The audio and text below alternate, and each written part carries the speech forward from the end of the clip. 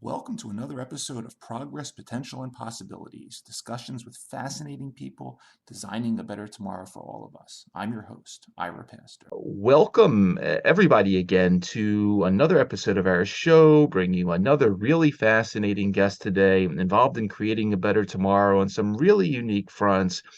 Today, we have the honor of going back and joining up with our friends again at DARPA, and have the honor of being joined by Commander Dr. Jean-Paul Chretien, who is a program manager at the Biologic Technology Office at DARPA, where his research interests are quite broad, including disease and injury prevention, operational medicine, and biothreat countermeasures. Prior to joining DARPA, Commander Dr. Chretien led the pandemic warning team at the Defense Intelligence Agency's National Center for Medical Intelligence.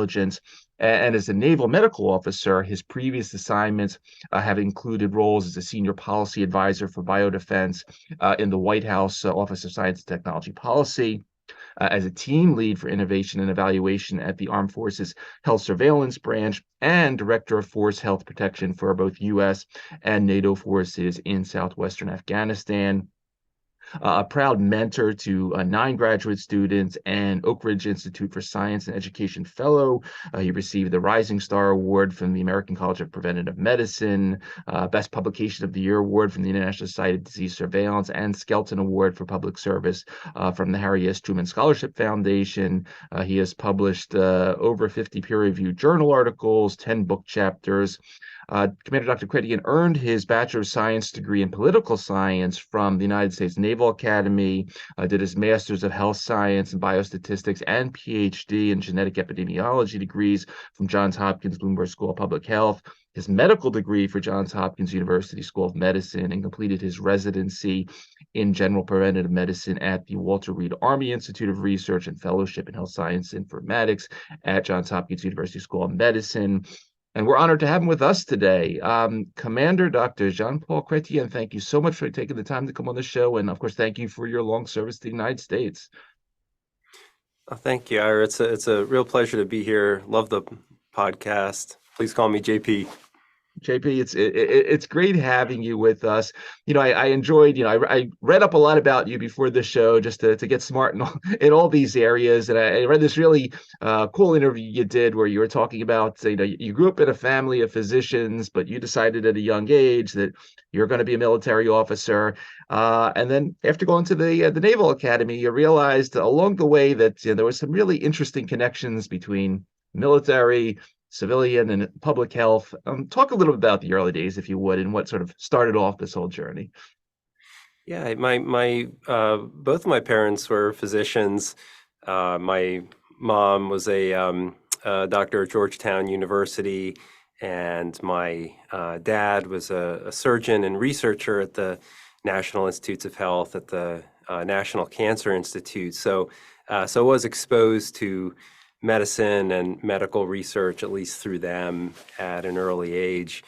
But I also, grew up in the DC area, and so just by virtue of geography and social circles, had an exposure to federal government. My dad worked at a federal institution at NIH. Many friends whose parents worked in the government, or the work was related to the government in some way. And so, growing up, I did have this notion of public service and government service as an important thing, as an honorable thing, and something that people should aspire to. And so I saw my version of public service in the military because it seemed particularly exciting. Going to the Naval Academy and a career as a Navy officer seemed like an especially interesting and exciting way to serve. But right after I got to the Naval Academy, about halfway through as a political science major, concentrating in our international affairs, a lot of the issues that I was interested in ended up having some kind of medical or health connection. So I started to appreciate this connection between health and national security, international affairs, and more broadly, the value of having people with an understanding of biology and medicine in policy issues, and saw that as a way to have a broad impact as a physician. So I kept with the poli-sci and international affairs, but decided to add those pre-medical requirements as well, and then apply to medical school. Excellent. And it's interesting. I mentioned in the bio of the show sort of your extensive publications in the peer-reviewed literature, and I took a little time to sort of swim through those, and there were some really interesting sort of intersecting themes there. Obviously, as you mentioned, the importance of our military in working in global infectious disease surveillance in various countries. You also published many papers on epidemiological modeling of diseases, some we've heard of, like Ebola and Zika, others, Rift Valley fever, African trypanosomiasis. Maybe we're less familiar with those. And then a third part of it all, you published a lot on sort of the theme of global climate anomalies affecting these infectious disease dynamics. And I think a lot of this boils down, sorry, this is a long-winded question here, but to two other topics that you publish on. One, this concept of outbreak sciences and how we can take a multidisciplinary approach to modeling these epidemics. And then this theme of exposure science, ultimately connecting climate and sort of health. Talk a little bit about those intersecting themes. I think this is a really important convergent piece of what you were all about prior to DARPA.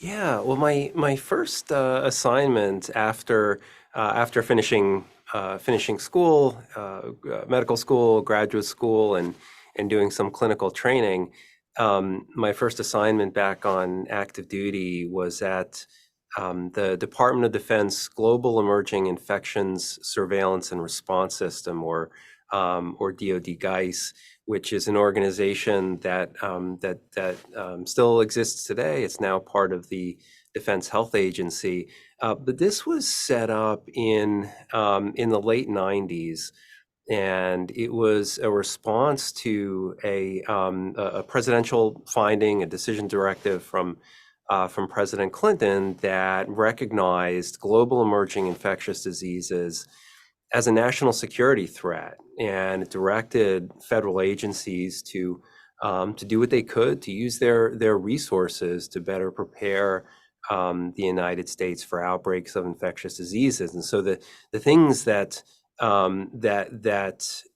were coming to the fore then were new diseases that hadn't been seen infecting humans before, diseases that we knew about but were changing and becoming resistant to treatment. So antibiotic resistance or malaria becoming resistant to drugs, and diseases that had been beaten back from geographic areas and in terms of their overall prevalence, but were coming back. And some of the unifying concepts here was ecosystem change, movement of populations, migration and travel, encroachment of human populations into previously uninhabited areas, and all of these factors could serve to expose people to pathogens that hadn't infected humans before. And the primary concern here was pathogens that existed in animals, but had the ability to adapt to humans, just like we're seeing now with COVID, and just like we always have the threat of an influenza pandemic. So some of the most concerning infectious diseases from a pandemic, from an outbreak, large outbreak standpoint, are these infections that can come from animals. So anyway, recognition that the world was changing, and as a result of some of these changes, we could have more of these infectious diseases surprises that could undermine national security in various ways. And so the Department of Defense set up this office to build on the DoD's existing resources and add some new resources to better monitor and respond to infectious diseases globally, and build capacity within the Department of Defense and with our partner countries. And the idea was, well, if we could, if we can spot infectious disease outbreaks wherever they occur and have the capacity to contain them early, then that could prevent outbreaks from becoming large-scale regional epidemics and pandemics. And so I went to this organization and had the responsibility of working with the Department of Defense overseas research laboratories, and these laboratories worked with host countries and with countries around the regions to build infectious disease surveillance networks and collaborations, and build capacity within partner countries to identify outbreaks and respond to them. So these labs really are gems in the Department of Defense and within our nation's ability to do medical research and study diseases in the places where they occur. So these facilities go back to World War II, and it always had a mission to develop treatments for diseases that our deployed forces might face, but that we are not able to study here because we don't have a lot of malaria and dengue and other things in the continental United States that our forces might face abroad. And so we built on those research capabilities, the capacities for public health surveillance and outbreak response. And so getting a better understanding of disease threats around the world helped illuminate some of these factors that could drive outbreaks, whether they're climate or movement of populations, changing ecosystems. And then that got people thinking, well, could we take a more proactive approach to infectious disease monitoring instead of just responding to outbreaks when they occur? If we have an understanding of how these factors drive the emergence of diseases and can affect the dynamics of an outbreak, could we actually be more proactive and identify conditions where an outbreak is more likely, or look at an outbreak that's underway and project how it might play out, and then save lives by taking more proactive action. So that's where some of that work around infectious disease modeling and prediction kind of goes back to that. And I would just one last comment point out that this is something that a lot of people have been working towards for a long time, and a culmination of that is in the Biden administration standing up of an office within CDC for outbreak forecasting and analytics. So a lot of people worked on that for a long time, something I was able to work on again at the Office of Science and Technology Policy in the White House. And so fantastic to see that come to fruition and to an operational capability. Absolutely. Yeah, and again, I wanted to do that intro to sort of everything you're doing pre-DARPA, because again, it points to really sort of a multidisciplinary basket of stuff that you are involved in, as is your portfolio now. And so, yeah, I mean, I'd love to segue into DARPA. As I mentioned in the bio, you have really sort of three research interests in the sort of program manager basket now. Biothreat countermeasures being one of them, and then the disease and injury prevention and in operational medicine. I'd love to start off with Biothreat countermeasures. And it's interesting because about 3 years ago, one of the people I had on the show, a past show, was Dr. Eric Van Giesen, who introduced us to the ECHO program at the time. And I just think it's because I noticed that one is also in your portfolio. I won't get into that one as much because he sort of talked a lot about that, but it talks a little bit about sort of the constant evolution and the way these programs flow over time through DARPA. What I did want to spend a little time on, though, was something related, and that is something called the DIGIT program, or Detect It with Gene Editing Technologies, where you're using really these cutting edge tools, whether it be the CRISPRs or other things that are out there, to really do sort of broad screening of what potentially is the environment. Kind of interesting that we had the folks from IARPA on a couple of months ago talking about sort of their version of this in the intelligence community per the Felix program. Obviously, DIGIT's going to be more towards the military, but take us a little on this journey, because it seems like you do quite a bit of very quick, broad screening of dangerous stuff that's out there for the servicemen.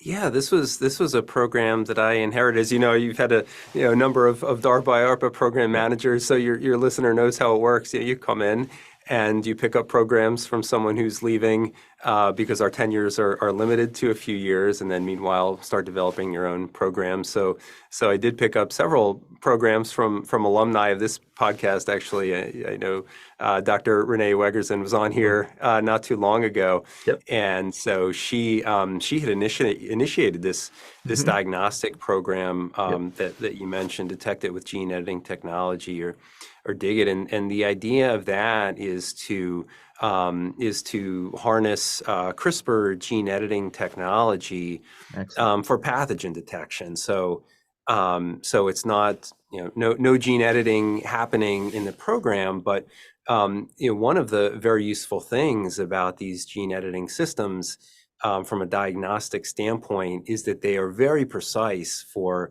specific DNA or RNA sequences. And so, as soon as we know what the genetic sequence is of a pathogen, say some new pathogen is detected, and now with genomic sequencing technology being so ubiquitous, it'll hopefully be a pretty fast turnaround for that sequence to be obtained and to be posted on the internet. As soon as that happens, then it'll be possible to develop a specific diagnostic test using this technology. So not necessary to get hold of the actual clinical samples, but just need the digital data, and then can literally program these diagnostics. And there's some other nice features about these techniques that lend themselves to forward deployed diagnostic capabilities, as we need in deployed military settings or civilian settings as well, when you're outside of a high resource laboratory. So we can package these tests into deployable devices. They also lend themselves to testing for many things at a time, and so this is very useful too. You have a patient with a fever and with a respiratory illness. There's a lot of different things that could be. It could be coronavirus, it could be flu, it could be a cold. There's and so many different variants of those. And so what we want to do in the program is develop these technologies into deployable packages and be able to test for many pathogens at a time. So we'll be developing two types of devices: a very simple, what we call a point of need device. This would be a small paper-based device that military units could have out in the field or in low resource civilian settings.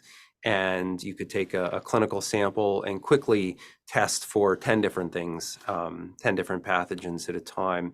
And then at the same time, we're developing another instantiation of these techniques where we'd be able to test for hundreds at a time, slightly larger device, still looking at a cubic foot kind of size package, low power, battery powered device, and could take a sample from a patient, or could take an environmental sample as well. So this is something that is important in lots of settings, including Yep. deployed military settings. So as a preventive medicine officer, and I was in Afghanistan, this was one of the responsibilities that that my community had is looking for threats in the environment, and so being able to look at where troops are going to be going and sample the soil and sample the water and see if there's anything there that we ought to be concerned about. That's the capability that we want, that we'd also want to have with this. And then getting a little into the technical weeds, but one other really neat feature of the technology is that because we have the ability through these CRISPR-based approaches to interrogate DNA, RNA, the pathogens, nucleic acids, we can also turn that on to the host as well. And so if a patient is reacting to an infection by expressing higher levels of certain, say, inflammatory or immune response genes that could indicate that they're going to have a more severe infection, that's useful information, and we can do that too. We can also use that to say, all right, we've tested for say every influenza virus, Right. but nothing is coming up positive. We've tested for all these things we know about, nothing is coming up positive. However, this patient is mounting a response to a viral infection, a severe response. Okay. So they're infected with something. It's not on our list. It looks to be severe. So this is something that would be of especially high concern. So so in the program, we're going to be looking at both the pathogen detection, but also a little bit of the host response part of it as well. Outstanding. Moving now to disease and injury prevention, and as if Digit wasn't cool enough, I mean, you got Bridging the Gap Plus, and I have to say, I spent a little time in a previous career I'm trying to understand spinal cord regeneration and salamanders, and the one thing the salamanders had going for them was when they were when that snake came along, whatever it was, and sliced their spinal cord in half, they were very good at three things: stabilizing an injury, regenerating, and ultimately making sure those nerves went the right places and they got function back. And lo and behold, Bridging the Gap Plus, integrating injury stabilization, regenerative therapy, and functional restoration all in one package. I love it because it seems like you're onto something really big here. Two types of programs looking at, again, the short term, making sure the scar tissue doesn't overwhelm the ability of regeneration to happen. You got to get some regeneration going and ultimately make sure it stops at the right time, goes to the right place. Talk a little bit about this. I mean, I think this is really moonshot style and just awesome. So please. You have a fantastic grasp of the goals of the program and how we've organized the effort. And so right, just like the salamander, the first thing is immediately following a severe spinal cord injury, are there things that doctors could do to stabilize it and prevent further damage? And this is one of the insights of the important insights of the program, is that some of the damage after a spinal cord injury is not immediate, but it happens in the hours and days and weeks after the injury. So, what can we learn about what's happening at the anatomical site of the injury, that we can then intervene at that point so as to prevent that further damage? Some injury has obviously already occurred, but can we look at blood flow? Can we look at oxygenation? Can we look at how the site is healing or not, and provide that information to clinicians so they can optimize their care at that point? Because at the moment, doctors don't have that ability. Things we do when a patient has a severe spinal cord injury, but it's really not informed by this detailed information of what is actually happening at the site of the injury. So part of the program is getting those deeper immediate insights and adjusting therapy. And then the other part of the program is is looking longer term. Say someone has had been living with a severe spinal cord injury, and so their movement and their sensation is compromised. Are we able to restore function? And this this gets to the name of the program, bridging the gap. The gap in the spinal cord is something that we're hoping to bridge with a combination of hardware, neurotechnology that goes in there, and then artificial intelligence, so we can capture descending intent from the brain to the spinal cord to move a leg that's paralyzed. Can we capture that information, route that around the injury, plug that back into the neurons below the injury in the right format, so those leg muscles will know what to do, and then going in the reverse direction as well. For a patient who has no sensation, say in their lower extremity, but their nerves are intact there. So can we capture that information from those nerves and then route them around the gap in the spinal cord where they're currently getting stuck, and send them back up to the brain in a format that the brain knows, I'm experiencing this sensation on my foot, for example. And then ultimately being able to link those two, sensation and motor processes in a kind of a natural bidirectional way. So this is a program I am super excited about, because spinal cord injury is something that it does not just affect military service members and veterans, although it is a much higher prevalence in this population, and many people living with these conditions, and we don't have a whole lot to offer them. So this absolutely is a DARPA moonshot, for these patients. Yeah, that's an awesome one. I just not that all these projects are equally cool, but that one I have a specific passion for myself. But that it's awesome that you're thinking about, again, sort of. I love the word combinatorial on there. That you have to think of everything that's happening here and not just sort of one little piece of the puzzle. So no, that's great. Yeah, and so now the third part of this sort of portfolio, which has to do with it's called F-sharp, fieldable solutions for hemorrhage with bioartificial resuscitation products. Somebody else that it wasn't a DARPA, but was a sort of a DARPA partner a few years ago that I had the opportunity to interview was Dr. Thomas Boothby at the University of Wyoming, that was introduced us to this theme of the golden hour following battlefield trauma. He was specifically looking at tardigrades and sort of suspended animation concepts. Here, again, you're working, again, I believe in that sort of the golden hour, but looking at, what can we use instead of blood that's stable, that doesn't require the cold chain processes, and ultimately, keeps people alive in these austere environments. Talk a little bit about F-sharp, if you would. Yeah, well, the concept of the golden hour and what became a policy of golden hour in our wars in Afghanistan and Iraq saved so many lives. It's recognition that life-saving care needs to be delivered in those first few minutes to be effective. And so, if a service member is injured, they need to get to definitive medical care, so to a surgical team, to a surgical facility within an hour.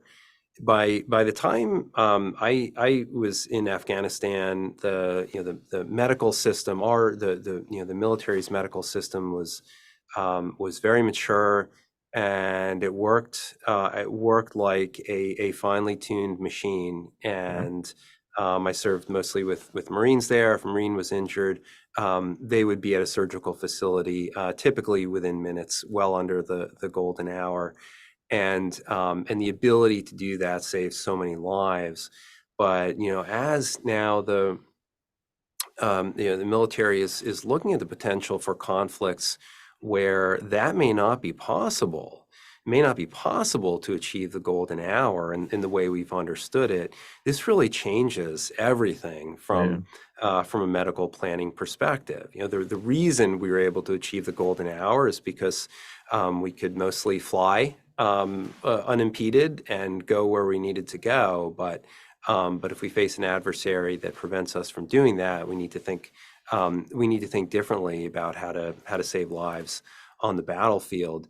And so this creates a particular problem for blood. So, blood is one of the things that someone who is bleeding severely needs, and they need very quickly. But there's a lot of logistical complications around blood. For one thing, someone's got to donate it.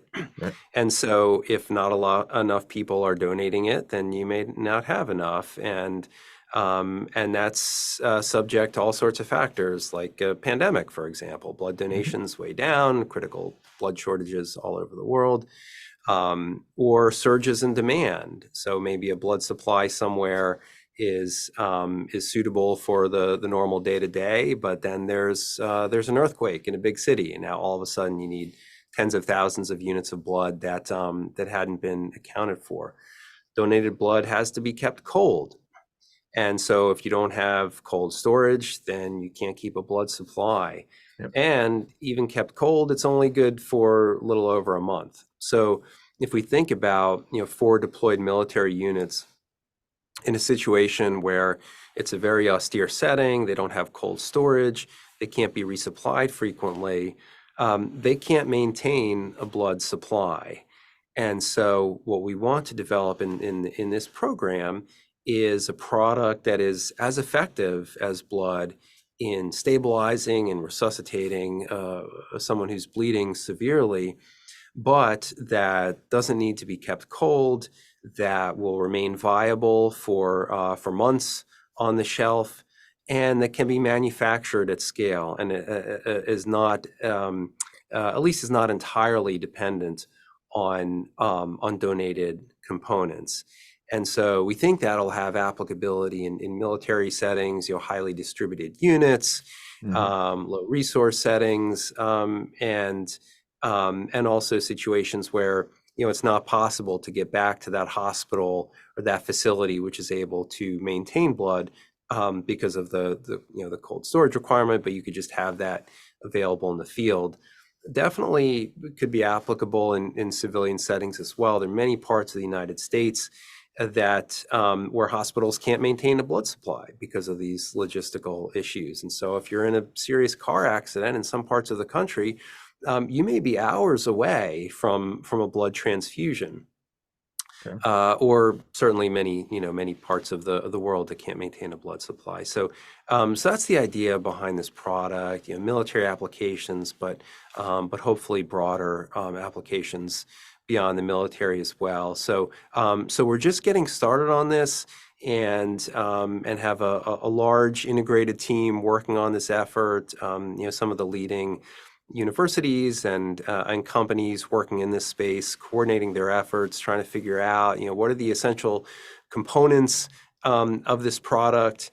How do we get them to all work together as an integrated product?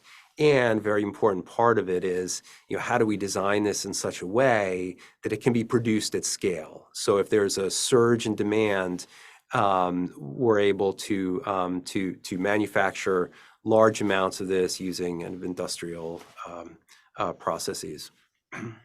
Excellent, really excellent. So, Jamie, we reviewed your portfolio, which is just, it's awesome, and I wish you the best with all of that. But in addition to those responsibilities, you also have responsibility for the DTC, or the DARPA Triage Challenge, which is a challenge event to look for breakthrough innovations, signatures of injury, and specific of interest mass casualty incidents. You can talk a little bit about what that is, and then it sort of goes into some of the different things you're looking for in terms of the uncrewed aircraft vehicles, robots, other tools. Take us just a little into the issues with triage that need to be addressed. If you could talk about what constitutes, I assume these are major events, but what constitutes a mass casualty incident, and then just a little bit about, this is the first time we've talked about a DARPA challenge on the show. How this all works. I went to the registration and eligibility. I thought it was cool. The first part said all participants under the age of 18 require parental guidance and authorization. I got a couple kids in the house that are great with drones and stuff like that. So I was going to let them know about this, but talk a little bit about what that's all about. Yeah, this is, and well, it's wonderful to know of your kids' interest, and part of the reason for having a broad, open, public challenge is to bring in some new thinking and bring people into a problem that maybe they haven't worked on before, but they have some relevant skills and perspective that could be applied to that. So yeah, the DARPA Triage Challenge. This is something that's just getting started. We announced this a few months ago, and we'll be kicking off this fall. And it is a 3-year competition, and really a series of competitions over 3 years. And DARPA has a long track record of using the prize challenge format to stimulate new thinking and build new communities around problems, autonomous vehicles challenges. More recently, DARPA's subterranean challenge, autonomous systems for navigating underground environments and finding objects and casualties in underground environments. And so the DARPA Triage Challenge is in the tradition of previous DARPA challenges. And there's a couple of reasons for doing a challenge instead of a regular program. Typical program, at least in my office, I work in the biological technologies office. We'll put out the announcement of the problem that we'd like people to solve, and we won't we don't tell you how to do it. I want you to tell us how you're going to solve it. Right. And ultimately, typically a small number of teams will be chosen to work on that problem. 1, 2, 3, 4. Something like that, teams taking distinct efforts. A challenge format allows us to bring in much broader participation, many more teams, many more perspectives. And so it's especially useful if we honestly don't know what the best solution is going to be. And we think this is an area that is especially in need of some fresh thinking and perspectives that usually aren't involved in this. Triage is something that is close to my heart as a military medical officer. This is the first step in responding to a situation where you've got many casualties or even one casualty. It's those initial assessments, which don't necessarily need to be deep diagnoses, but at first you need to figure out, okay, if there's a large number of casualties, of all these people who are injured, who most urgently needs care? Who is going to be fine? I mean, they might be injured, but they're going to be okay. We have limited resources, limited time, and so who do I need to focus on? And so this is challenging when there's a large number of casualties and not a lot of responders on the scene. This could be a battlefield situation, could be a natural disaster, it could be an attack on a civilian population where all of a sudden there are many people who are injured. And how do we quickly figure out which are the ones that can really benefit from the interventions that we're able to provide, from that immediate life-saving care? And so this is one part of triage that we're interested in for the challenge, that initial assessment. And then there's another part that's shortly after that, which is just as important. That first assessment, this is a quick pass. This is immediate, stopping bleeding, restoring an airway. But then you may find that a patient who seemed okay initially, all of a sudden is starting to decompensate. Maybe you missed something initially, or maybe it wasn't a bad injury, but has progressed in that time. And so what we want to be able to do is not only make that initial assessment, but also be able to predict, be able to forecast, all right, who, of these patients who maybe they don't look so bad now, which ones are going to have significant needs in the next few minutes and hours. And I can give you a real life military example of how this can play out. And this has occurred on numerous occasions. So, imagine a unit that in a combat setting, and they're attacked, and there are a number of service members who are injured. Fortunately, we have the ability to evacuate some of them to a hospital. So we have a medevac helicopter, but there's only one helicopter. Others couldn't come because of the weather, or we only have one to spare. So we can only take some of these casualties to the hospital, and for the others, they're going to have to stay in that field setting, and we don't know when we're going to be able to get to them. So that medic, if there is a medic, it may not even be a medic, but if there is a medic, they've got to decide who gets on that helicopter and who stays. And that requires the ability to predict, well, who's going to need surgery in the next few hours and who's going to be okay without it.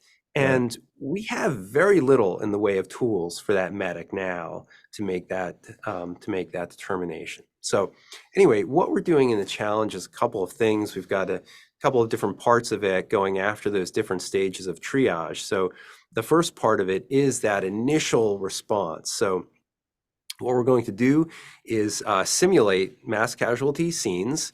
So we'll be using not actual casualties, but actors, maybe mannequins, and we will mock up scenes to be as realistic as we can make them, with all of the challenges of military or civilian mass casualty settings.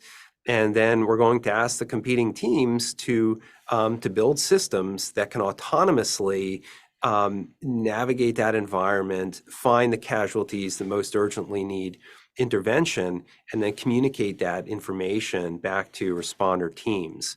So we're envisioning our small drones or robots on the ground, or groups of several drones working with several robots on the ground in a coordinated, autonomous way to find casualties, assess their injuries. And this is where you mentioned the signatures of injury. What are the signatures of life-threatening injury in sensors that could be placed on drones, on robots? We're looking at sensors that will work from a short distance.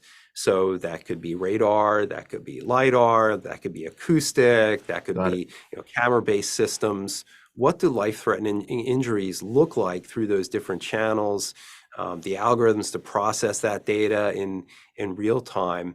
And so the vision there, ultimate vision, is you've got a mass casualty situation, and then a response unit could be there. Maybe it's just one vehicle, but it's able to get to the scene quickly. And out the back comes a small drone or two, some ground robots. They're set on the scene and can very quickly say, all right, these are where all the casualties are, but there's only these, here, and here that need immediate life-saving care. And so we only have a few responders here, so go tend to them. So that's going to be one part of the challenge. And then the other part of it is getting at that prediction. And every emergency room doctor, trauma surgeon will have a story of a patient who came in after an accident and seemed fine. They were walking, they were lucid, and then a few minutes later, they've decompensated. They had some injury that wasn't recognized at first. The body can compensate for a short time until all of a sudden it can't anymore. So we want to find those early signatures that'll say, this patient looks okay, but they're not. And so what we're doing for that part of it is we're going to be partnering with urban, busy trauma centers that have a lot of real clinical data on trauma patients, and we want to open that data two folks who are going to be able to use machine learning, artificial intelligence, other approaches to find those deep signatures in there. And so for both of those competitions, the mass casualty simulation and the data clinical predictions, and we're going to do this in a prize challenge format, and we'll have competitions each year and have monetary prizes for the winners. We're going to be opening the competition to teams that DARPA will fund. So we will actually fund some competitors to be part of this, but also we'll be opening up more broadly as well, so others can compete. So your family are a fair game for this as well when we kick off in the fall, and hopefully we'll come out of this with some new thinking around how to save lives in these really difficult scenarios. Excellent. I'll try to, as eloquently as you just did, explain it to my kids and see if they just don't stare at me or tell me check out the website, triagechallenge.darpa.mil. I will. That'll be the easiest thing for me to do.